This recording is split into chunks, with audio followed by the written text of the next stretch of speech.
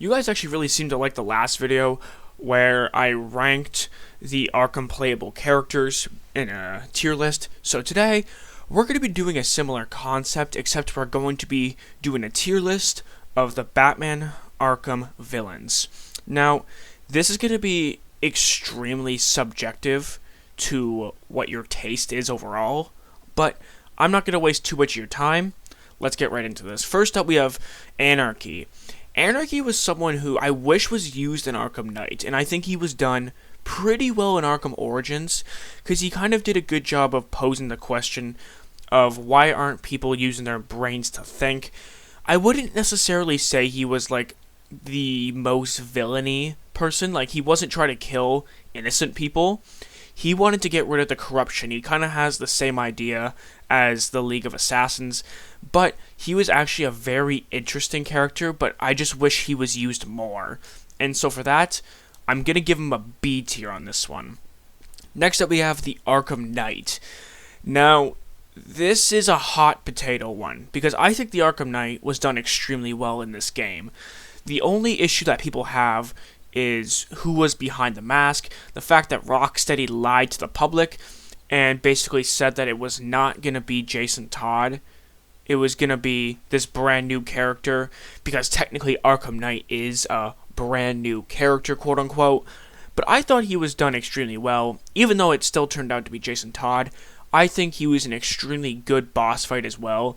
He himself wasn't the most difficult, but it was him plus his goons and all the drones and everything I thought made for a very good boss. And, throughout the entire game, the build-up to finding out who it is was done very well as well. And I'm going to give him an A. I know that might seem controversial, but I thought he was done extremely well. Other people might disagree, but let me know your thoughts on the Arkham Knight down in the comments below. Next up, we have Azrael. Now, here's the thing. Azrael was done pretty well, but he's not really a villain. Not really. I mean, unless you try to kill Batman, but I don't think most people did. I thought he was done pretty well as a character, but I didn't think he was much of a villain. If you're talking in terms of villain status, he's going to D for me, because he wasn't really a villain. Bane. Ooh, this is an interesting one. So, he wasn't in Arkham Knight. In Arkham Origins, he was done very well, and Arkham Origins did a good job of explaining as to why Bane is such a dummy. But then there is a but, I cannot exclude how he was done in Arkham Asylum and Arkham City. He wasn't done too well in those games, especially Arkham Asylum. But Arkham Origins does definitely raise his rank, and I'm gonna put him in the B tier. He would have been an A tier if he was done more like how Origins was done, but because of Arkham City and Arkham Asylum, I'm gonna have to put him down at a B tier. Black Mask. If you're just talking in terms of the Arkham franchise, he's nothing crazy. I mean, if he was utilized the way he was intended to be used in Origins, where he was going to be the main villain, it actually would have been extremely interesting. I probably would have given him even an A tier, maybe. But because of the fact that it turned out it wasn't Black Mask who is the villain, and you do have a side quest with Black Mask, but he's just demoted from the quote-unquote main character, that's what we think he is, the main villain, to just this stupid side quest that's pretty much a replica of Bane's side mission in Arkham City. It just seems like a waste of potential to me, and I'm gonna give Black Mask a C tier. Because at least he had something, plus the Arkham Knight DLC. It wasn't like he had nothing, but I just didn't like how he was relegated. He would have gotten A tier if he was used as the main antagonist, in Arkham Origins the way he was supposed to be. Calendar Man. Again, Calendar Man wasn't much of a villain. Like, yes, he's a criminal, but in the Arkham franchise, he didn't really pose much of a threat. You never really had to go against him head to head. The only thing that was cool about it is that they kind of foreshadowed him in Arkham City when he said, I was there at your beginning, and I'll be there at your end, and he was there during the Nightfall Protocol in Arkham Knight. But in terms of villain, he's going to D for me. He didn't really bring much to the table at all. Clayface, ooh. Clayface was actually done extremely well because of the fact that he was, a replica of the Joker, and it was kind of subtle hints throughout the course of the game that there was two Jokers this entire time, and Joker wasn't actually healthy. You get the idea. I thought he was done extremely well in Arkham City, and he was only in Arkham City, so that is something we have to consider. But for the only one game he was in, and the fact that Clayface I don't think is known that well amongst Arkham villains, or not just Arkham villains, but Batman villains in general. He's not really the first guy you would think about, but he was done extremely well, and I'm gonna put him in the B tier on this because he did very, very well in his short amount of time in the franchise. Copperhead, man, see, I think this is a mixed bag one, mixed feelings one for a lot of people. Some people like the Copperhead boss fight and some don't. I personally don't. It's just, I don't fully understand how there's a bunch of different Copperheads, and it's a bit confusing to me. Like, she poisons Batman, so does that poison make him hallucinate? Like, I don't think the game really explains it too well. I know Batman says it's a neurotoxin, but I'm not very smart, so I don't really know what that means fully. But if you're asking me how she was as a villain, I mean, she was okay. I'm going to put her in C tier, but there's not really a whole lot I could say. Deadshot. Okay. Deadshot, the side mission in Arkham City, the build-up in Arkham City, was very well done, right? When you see him at the beginning of the game, when he says, "Bruce Wayne, you're on my list," bang. And then, he's killing these political prisoners, and he's got a list of targets. The whole build-up was amazing. But the finale was awful. All it was you sneaking up on him and taking him down. That was it. That was done pretty badly. But in Arkham Origins, he was done very well. You had that crime scene, you had to scan, you had to locate the position of the shot, then you had to go to, the Gotham Merchants Bank, and take him down. But it wasn't just a simple takedown. You couldn't even silent takedown the guy. You had to be extremely loud and risk other thugs coming at you and shooting you. He was done very well in Origins.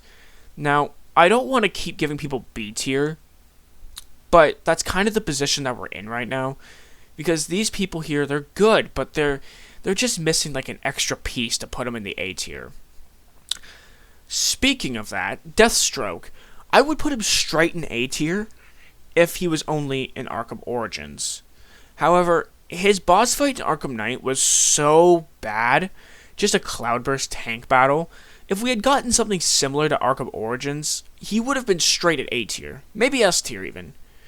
But it's kind of hard to put him in A tier when his boss fight in Arkham Knight was so bad. But because of his fight in Arkham Origins, I'm gonna put him at A tier. But he's like borderline B tier, but at least his fight in Arkham Origins kind of saves him from being put into B tier. And you're probably going to ask, well, why is Bane in B tier then? That's because he was a bad boss in 2 games, not just 1, but 2. So it's a bit different. Electrocutioner, I'm just going to put him at D. I don't think I need to explain myself there. Firefly, okay. Firefly was done pretty well in Arkham Origins. I mean, over the course of time, his boss battle hasn't necessarily aged the best, but it was still a very good battle. It still is a good battle. His side mission in Arkham Knight is okay at best. I don't think that there's anything crazy I could say. Besides, his boss fight was very good in Arkham Origins. Arkham Knight, his side mission was okay. It was okay. And I'm going to put him in B tier. I know B tier is kind of like average, so I think there's going to be mostly B tiers here. I'm pretty sure, is that Frank Bowles from Arkham Asylum? Let me know in the comments, I might be wrong, but I'm pretty sure that's Frank Bowles. Nothing I can really say here for him, D tier. He didn't really do anything villainous besides, he was corrupt with the Joker and everything, and he attacked Gordon, but you never even had to fight him. Harley Quinn. Okay. Harley Quinn's revenge was very, it was something alright. It was definitely good. Her boss battle with Joker in Arkham Knight's Matter of Family was very well done. Her in Arkham Knight is also pretty good. I think she's a pretty good villain, but she's not an elite villain. And I think you would put her in B tier. Put her in B tier, because she's not as good as Joker, right? Nothing's as good as Joker. But she was done pretty well throughout the course of the games, and at least she had something in every single game, besides Arkham Origins, but that was kind of to be expected. Harvey Dent, Two-Face. Well, he wasn't in Arkham Asylum. In Arkham City, he had next to no action, and the little action you did have with Catwoman was not really that difficult. He kind of went down just like any other thug. He was like the Deadshot side mission in Arkham Origins, except you could at least silent take down the guy, and that made it a lot easier to deal with, and I honestly don't think he was elite of elite. You know, his side mission in Arkham Knight was him robbing banks. That was a pretty decent side mission, but Harvey Dent himself was not a great villain. I'm going to put him in C tier. He was below average. He could have been utilized better. Hugo Strange. Now, Hugo Strange isn't really a physical threat as much as he is a psychological threat. And in my opinion, he wasn't utilized fully. In Arkham City, you know, the whole Protocol 10 thing was a great plotline to go with, but it was kind of relegated to the bleachers when the whole Joker issues popped up. And I think that that's something that is kind of unfortunate. He could have been used better. As an actual villain, you know, he kind of just threatens you to, you know, reveal Batman's identity and then doesn't really do anything with it. And it's a little bit unfortunate, but it's kind of what we have to deal with here.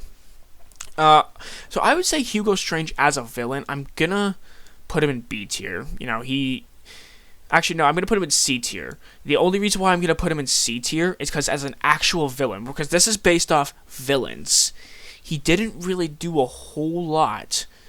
But, like, yes, I guess, you know what? No, I'm gonna put him in B tier. I'm gonna put him in B tier because he did kill a lot of people during Protocol 10. And that's at least something to work with there. Something to at least put him in the B tier category. At least he did damage, I guess you could say. Hush.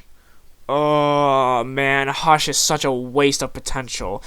If it was followed through properly in Arkham Knight, I would put him in A tier, without a shadow of a doubt.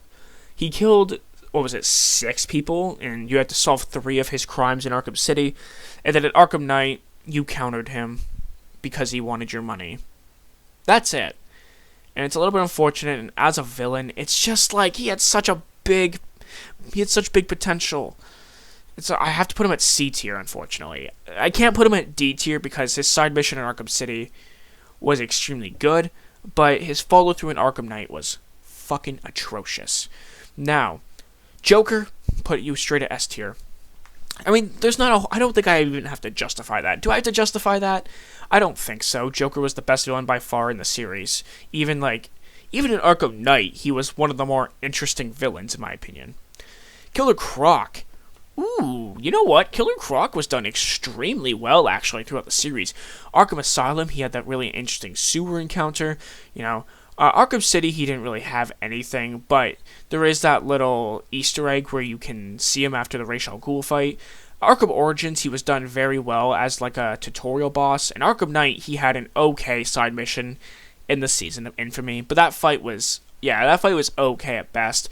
But you know what? Killer Croc was done very well. He's better utilized than other villains such as Two-Face and Black Mask and Bane even. I'm going to put him at the bottom of A tier because I believe that Killer Croc was actually one of the side mission villains that was done very, very well. Mad Hatter, okay. Now, this is going to seem like a bit of a hot take. I don't really care for the Mad Hatter. I never really have, to be honest with you. Like, I didn't care for his side mission in Arkham City. I didn't care for his Arkham Origins side mission, or even his Season of Infamy. I don't know where people stand on Mad Hatter, but to me personally, I just didn't care for the guy. And so I think for me personally, he's at the bottom of C tier for me personally. Because at least, yes, you do have to deal with him. You have to fight him and encounter him in a psychological way. So you can't put him at the bottom at D tier. But I just don't care for his side missions personally. Man-Bat. Man-Bat's an interesting side mission in Arkham Knight. but he's not really a villain. Yes, he killed his wife because he had the bat DNA inside of him, to which he killed his wife, and he doesn't even know that he did. Or he doesn't even know he did until you tell him. So I honestly think it was a good side mission. I actually found it very interesting overall. And as a villain, I mean, his side mission wasn't anything too crazy. It was a good side mission, but it wasn't, like, fantastic. I'm going to put him in C tier, just because as a villain, he wasn't really that much of a villain, but his side mission's good enough to where you can keep him out of the D tier. Okay, Mr. Freeze. Mr. Freeze was done fantastically. Fantastic throughout the course of the series. Yes, he was not in Arkham Asylum. In Arkham City, he has one of the best boss fights of all time. You know, in Arkham Origins, he has the Cold Cold Heart DLC, and in Arkham Knight, he has the Season of Infamy side mission. Now, again, Mr. Freeze isn't really a villain. Yes, he will kill people. He will do whatever it takes for Nora, because that's all he cares about. And that's why you fought him in Arkham City. That's why he kidnapped Ferris Boyle in Arkham Origins. That's why, in Arkham Knight, he's trying the best he can to save her.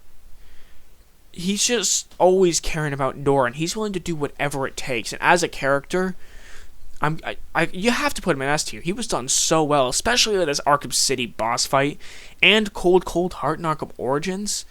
And I mean, he was a villain in a way of, like, he will kill people and stuff. That doesn't make you, like, you're not a good person if you're willing to kill people. You have to put him in S tier for the way he was done. Penguin. In terms of physical or even psychological threats, he's literally zero. In Arkham City, he had that museum mission, and that was pretty good, kidnapping the cops. That was a pretty good mission. In Arkham Origins, he wasn't really anything. I mean, you have his arm caches as a side mission that you have to disable. In the main story, when you infiltrate the ship, it's not bad, but he wasn't the best villain in the world. Like, he wasn't really ever that much of a threat, but he did kill people. He did kill a lot of people in the story. He's either an A or a B tier, but because of where I've ranked previous characters, where I ranked Bane and such, like, yes, he's in all the games. I'm gonna put him in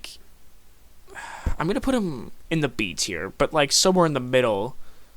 Actually, no, I'm gonna put him in the bottom of A tier, just because he did at least have stuff to do throughout the course of the games. It wasn't like he was just a nothing character. He would kidnap and kill people, and weapons dealing. He had a whole variety of crimes that he was committing. So for that, I will put him at the bottom of A tier. Pig. I actually do like Pig's side mission in Arkham Knight. I love those crime scene investigation side missions, and I wasn't the most thrilled with the ending. However, it was at least somewhat interesting to see that he is actually, like, crazy. Like, the way he dissects people, he needs to make them perfect.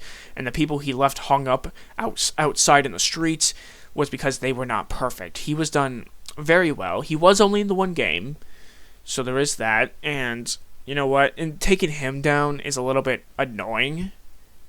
But, as a character, he's getting a solid B. He's going to get a solid B from me. Just because, he was only in the one game as a side mission, so you can't put him up too high, like, unless it was, like, perfection. But to me, it wasn't perfection. But because he was only in one game as a side mission, you put him in B tier.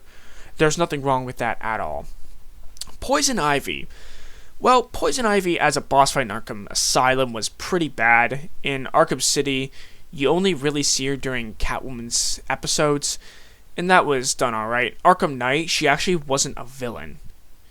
I'm going to put her in C tier. She wasn't too much of a villain throughout the course of the games. She didn't really kill anybody. She just kind of was a bit of a nuisance at times. But in Arkham Knight, she sacrificed her life to save people. To clear out the toxin. Maybe that was for the plants, but she still saved people. Ra's al Ghul. Ra's al Ghul in these games was done very, very well. In Arkham City, his Lazarus Pit fight was very well done. Arkham Knight, his Season of Infamy side mission was very good because it makes you question whether or not it's okay to kill Rage. Because, yes, he's artificially extended his life, but he's also still a living human being. You know, he made you pose that question.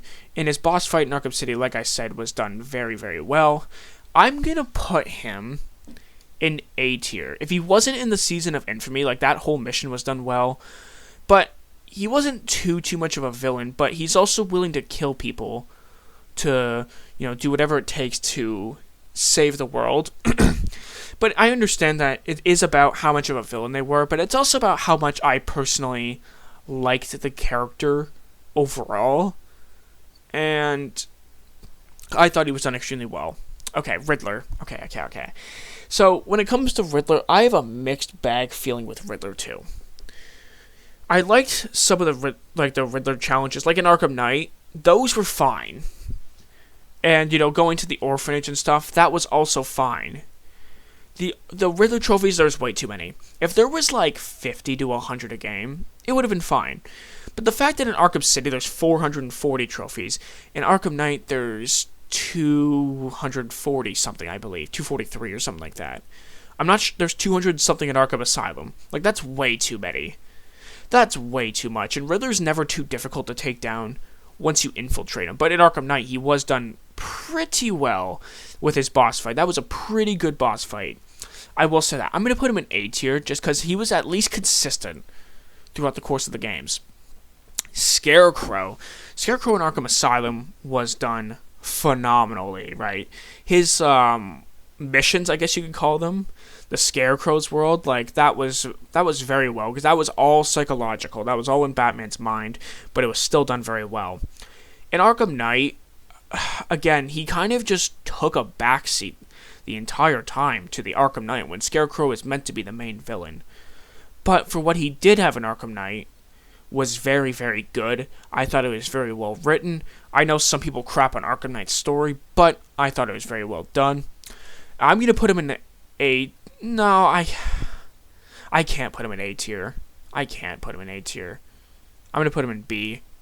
Just because he didn't really have... Like, if he had more follow-through in Arkham Knight and more of a purpose in Arkham Knight, he would have been an A tier, but he kind of took a backseat to the Arkham Knight, so he's going to have to get a B tier for me. Shiva. She was a horrible boss fight. Didn't really pose much of a threat. Didn't really care for her character that much. I think she's a D tier, but she's not the bottom of D tier. She's like the top of D tier. Because even like what we did have with her in Arkham Origins, she was, like I said, she wasn't really much of a threat. Solomon Grundy. He was okay. He was an alright, like, he was a pretty good boss fight, an underrated boss fight, I think. And people kind of tend to look at that. In terms of a villain, did he do much? No. But his one encounter was pretty decent. I could put him at the bottom of B tier, but I'm thinking about putting him on C tier on this one. I'm going to put him in C tier just because he didn't have enough impact on the series overall. Talia al Ghul, I mean, again, it's kind of similar to the Solomon Grundy thing, but she wasn't really much of a villain either. I mean, I guess she killed quote-unquote Joker, who was actually Clayface, but she didn't do anything really villainous.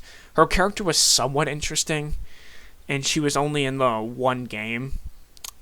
I have to put her at the bottom of C tier, I think, on this one, just because she didn't have a whole lot of an impact on the series overall either.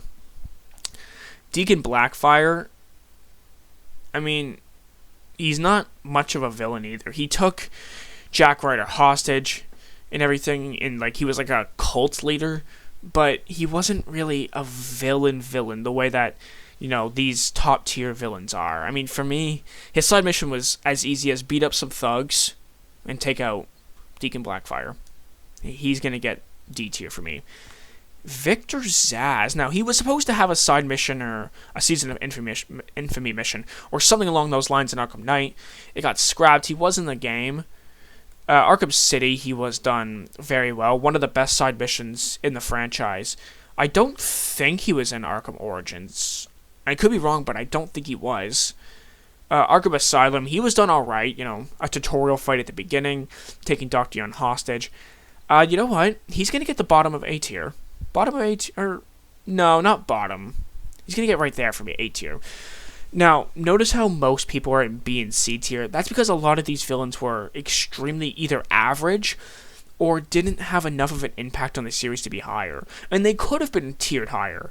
And again, this is just me thinking right now. If I had time to genuinely go over this and rank it properly, it would probably turn out a little bit different in certain spots. And you guys might crap on me for some of these in the comments. And if there's anything you would change, or if there's something that you guys know that I don't, or something you notice that I haven't, please let me know down in the comments. I'm always open to different ideas and interpretation and whatever criticisms you guys might have. Go crazy in the comments, you guys. Thank you guys so much for watching. Let me know where you guys rank these villains. And thank you guys so much for watching, and make sure to subscribe for more content. Peace!